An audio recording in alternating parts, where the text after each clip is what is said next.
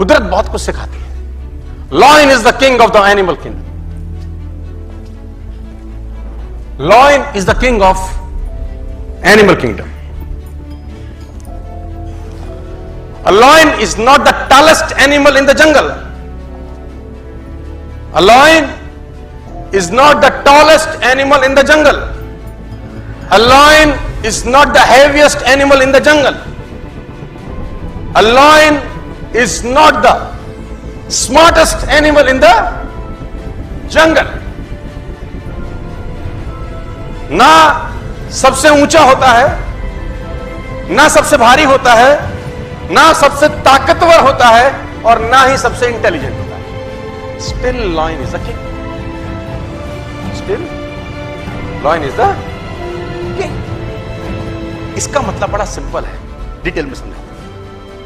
आपको जिंदगी में कामयाब होने के लिए ना तो स्मार्ट होना जरूरी है, ना इंटेलिजेंट होना जरूरी है, ना पढ़ा लिखा होना जरूरी है, ना बहुत क्लेवर होना जरूरी है, ना बहुत बुद्धिमान होना जरूरी है, क्योंकि लायन के पास ये एक्टिविटीज नहीं है. Still he is the lion. Is not tall as giraffe, not heaviest than a elephant, not clever than a fox. Still he rules the jungle. और समझना पड़ेगा कि ऐसा देखो, a lion is the king of the jungle because of its attitude. The lion has a different attitude that makes every animal afraid of him. इसका attitude ऐसा है कि सारे के सारे जानवर इससे डरते हैं. डरने का मेरा मतलब है उसका रिगार्ड करते हैं एक तरीके से, है ना. Giraffe regard the lion, elephant regard the lion, hippopotamus regard the lion, rhino regard the lion, fox regard the lion, monkeys regard the lion. What makes these massive animals respect such a small cat? देखने में तो छोटी सी बिल्ली ही तो है. क्यों ऐसा होता है कि लायन का सब रिगार्ड करते हैं या डरते हैं दूसरी भाषा में? It's because of its the attitude is different by difference. जैसे ही लायन ने एलिफेंट को देखा, समझिए, जैसे ही लायन ने एलिफेंट को देखा, उसके दिमाग में एक चीज आई, लंच. जैसे ही लायन ने एलिफेंट को देखा, उसके दिमाग में एक चीज आई. जबकि लायन से एलिफेंट 10 गुना एटलीस्ट भारी है.